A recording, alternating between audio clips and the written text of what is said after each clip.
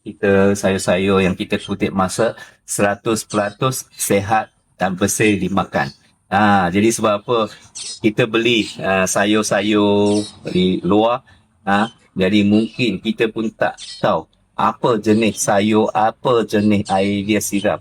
Jadi kita hanya makan, masak makan, lepas itu kita tak tahu punca cara tanaman mereka. Jadi untuk sebab apa kita tak perlukan katakan kawasan yang luas ataupun tanah-tanah yang tertentu, kita hanya gunakan di keliling rumah, kita gunakan pasu-pasu ataupun tong-tong minyak yang habis diguna kita untuk kita semula. Kita gunakan tanah-tanah organik ataupun boleh juga didapat di agropinta untuk tanah pintar.